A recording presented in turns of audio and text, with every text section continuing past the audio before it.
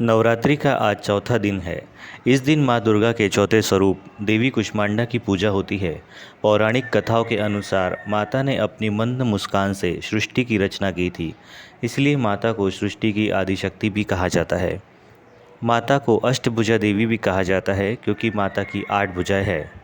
माता की 8 भुजाओं में कमंडल, धनुष्बाण, शंख, चक्र, गदा, सिद्धियों व निधियों से युक्त जपमाला और अमृत कलश विराजमान है। माँ कुष्मांडा ने अपनी मंद मंद मुस्कान की छटा बिखेर कर सृष्टि की रचना की थी, इसीलिए माता को आदि स्वरूपा और आदि शक्ति भी कहा जाता है।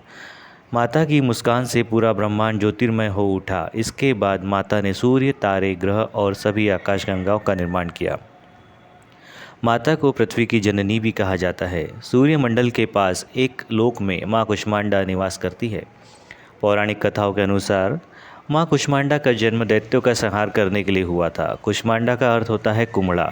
कुम्हड़े को कुष्मांड भी कहा जाता है, इसीलिए माँ दुर्गा के चौथे स्वरूप का नाम कुष्मांडा रखा गया था। देवी का वाहन सिंह है। जो भक्त नवरात्रि के चौथे दिन माँ कुष्मांडा की विधिवत तरीके से पूजा करते हैं, उसे बल, यश, आयु और स्वास्थ्य की प्राप्ति होती है। माँ कुष्मांडा को लगाए गए भोग को प्रसन्नतापूर्वक स्वीकार करती है।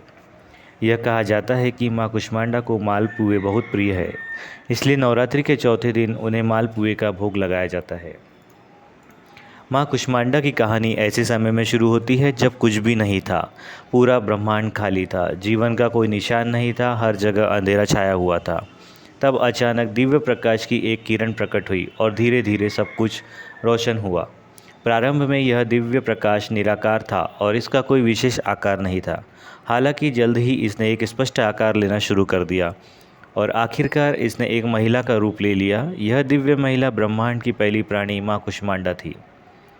ऐसा माना जाता है कि माँ कुष्मांडा अपनी मूक मुस्कान से इस ब्रह्मांड की रचना करने में सक्षम थी।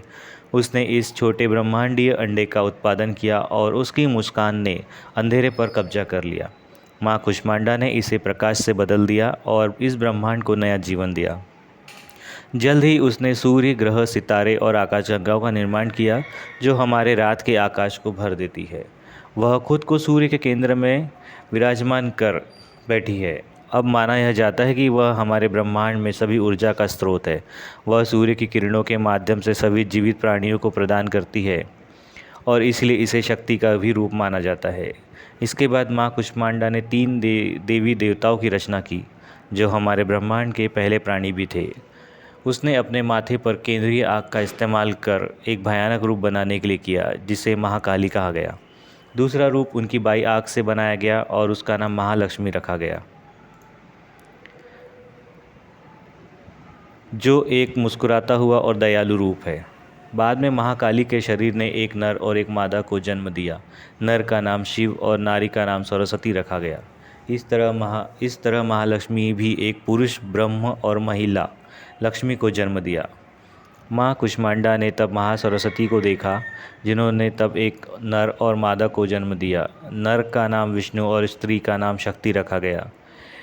इसके बाद माँ कुष्मांडा ने ब्रह्मा को सरस्वती, विष्णु को लक्ष्मी और शिव को शक्ति साथी के रूप में अर्पित की।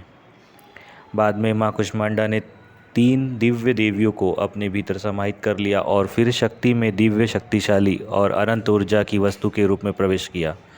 माँ कुष्मांडा एक दिव्य शाश्वत प्राणी है और सभी ऊर्जा का स्रोत है। वह अपने भक्तों को शक्ति, ज्ञान, समृद्धि का आशीर्वाद देने के लिए जानी जाती है और उन्हें जीवन की परेशानियों और कठिनाइयों से बचाती है। इसी प्रकार की रोचक जानकारी के लिए हमारे चैनल ऑल इन वन को लाइक कीजिए, सब्सक्राइब कीजिए और शेयर कीजिए। और ये जानकारी आपको कैसी लगी, ये हमें कमेंट बॉक्स में ज़रूर बताइए।